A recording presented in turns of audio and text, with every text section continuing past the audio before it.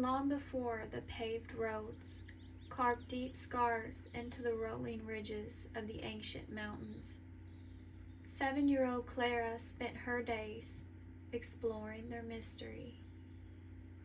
She knew every hidden fold of the ancient hollow, while her parents worked the stubborn rocky soil down in the valley.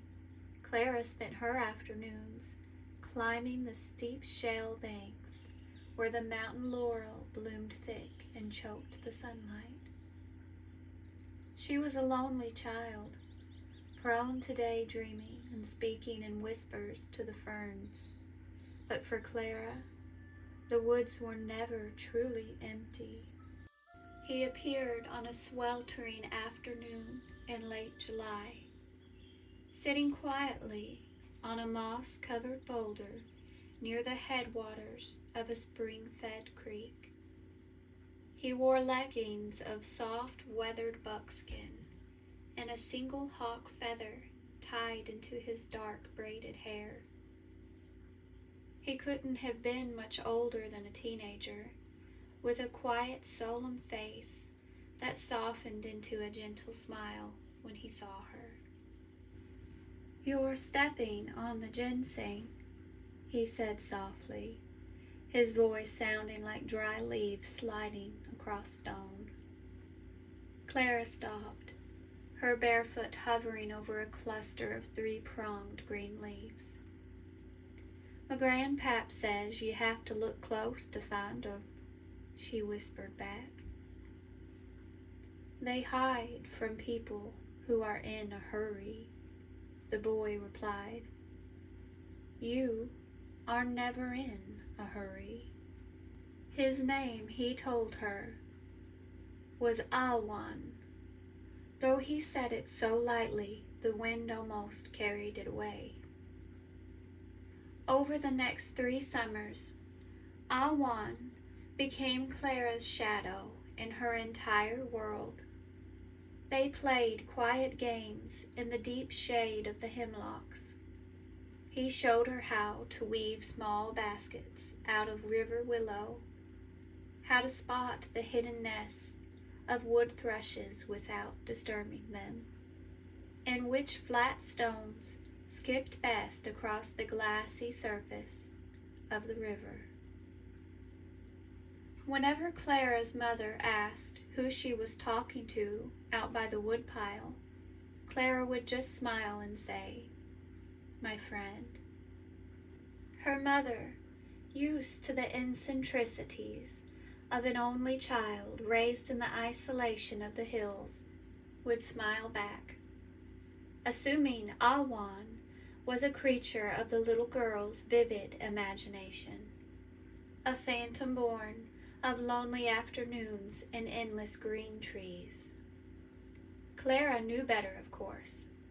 She could feel the cool brush of his sleeve against her arm, and she knew the exact scent he carried: wood smoke, crushed pine needles, and the clean mineral chill of deep spring water. Awan would call her Little Fern Whisperer. They would run through the meadows to the wild horses. He was faster than any living boy, his buckskin leggings blending perfectly with the dry stalks. He didn't run on the grass. He seemed to glide through it, like a hawk diving low. He would say, "Today, we are not clumsy humans. We are the Thunder Hooves." As Clara grew older, turning 10, then 12, the world began to pull at her from the outside. School days grew longer, chores around the farm multiplied, and the long, lazy hours in the high timber began to shrink. One afternoon in the late fall, when the maples had turned to fire and the air bit sharply at the nose, Clara hurried up the familiar trail to the creek. She carried a small piece of cornbread, wrapped in a cloth, eager to share it. Awan was sitting on the boulder.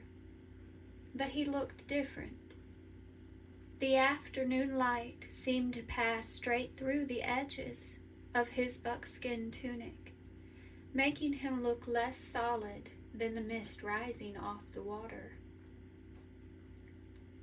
"You're growing up, little fern whisperer," Awan said, and for the first time a trace of melancholy shadowed his dark eyes. "The valley is calling you louder now." "I'll always come back," Clara insisted, sitting down beside him on the cold stone. She offered him the cornbread, but when he reached out to take it, his fingers passed right through hers. There was no chill, only a brief passing warmth, like the memory of a summer sun on a winter stone. Clara looked down at her hands, her breath catching in her throat. "I've been here a very long time," Awan whispered, gazing out over the vast folding ridges of the Blue Ridge. "Long before the white men built their cabins in the bottoms. Long before the trees were cut the first time. My people walked these paths when the mountains were young, and I stayed behind to watch the water run." Tears prickled Clara's eyes. "You're a ghost." Awan turned his head, looking at her with an infinite heartbreaking tenderness. "I was a boy who loved these woods, just as you are a girl who loves them. When the long shadows came for my people, my spirit did not want to leave the trees." He smiled softly. "I was lonely too, Clara, until you came along and listened." He reached out and gently touched the top of her head. For a fleeting second, she felt the weight of a hand feather-light and ancient before it dissolved into the crisp mountain air. "Don't forget the ginseng," he murmured, his voice fading away like a sigh through the pines. When Clara blinked, the boulder was empty. Only the damp moss and a scattering of fallen red leaves remained. Years later, an adult Clara would walk those same ridges, her boots crunching on the frozen winter ground. She would stop by the old spring, look out at the endless sweep of the Blue Ridge, and smile quietly to herself. She never told anyone the truth about Awan. They would have called her crazy or blamed it on childhood make-believe. But whenever she walked through the quiet timber and felt a sudden gentle breeze stir the air on a dead calm day, she knew she wasn't alone. The mountains kept their own, and some friendships, once forged in the deep green silence, never truly fade away.